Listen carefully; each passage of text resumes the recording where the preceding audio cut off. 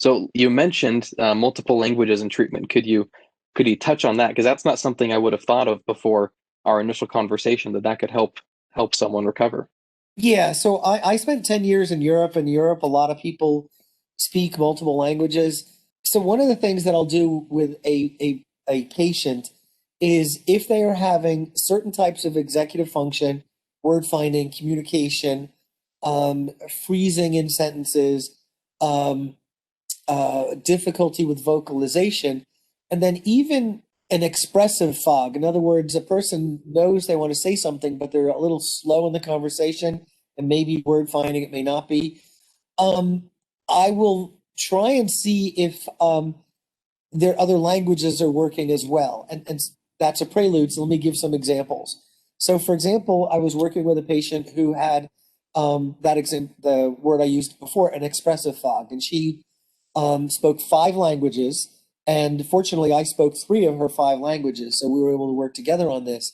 And she was able to use her other languages to help with that expressive fog. In other words, if she couldn't find a word she needed in English, she would think of it in one of her other languages, translate it to another language, translate it back to English, and then be able to use that word. Hmm. And if you speak multiple languages, you'll know your languages can sometimes have a direction.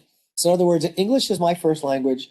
Je parle français, so I speak French as a second language, and I have enough Russian to kind of get me by, so to speak.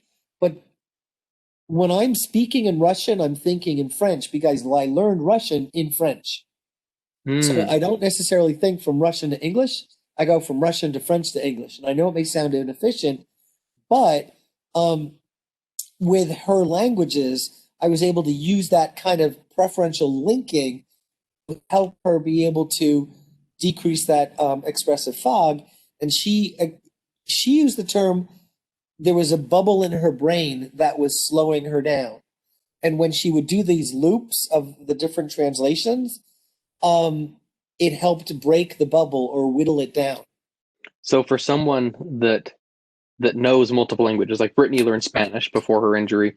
Since her injury, she hasn't really kept up with it, but she's starting to now. Would relearning Spanish, could that have impacts on other parts of her function outside of just language and speaking and writing? Yeah, maybe, yes. There's no definite answer, a guaranteed answer, but that's a maybe. And does maybe mean there's not enough data on it yet, or like some people have reported yes, some people have No, reported no? everybody's different. No, everybody's different. You can't predict, Gotcha. which is why you have to sort of communicate and understand um, what's happening with that person. So that would Hmm. take kind of a discussion or an interview. And like I said, with that female I was referring to, I was fortunate because I intentionally bounced around my languages. I would use, Russian syntax, and then French words, and then French articles with Russian words. And she was able to say, yeah, that is more work than it should be. Hmm. Russian uses almost no articles, you know. So Really? yeah, yeah. So if I say le machina, which really means the car in French and Russian, she's like, okay, I get it. Interesting.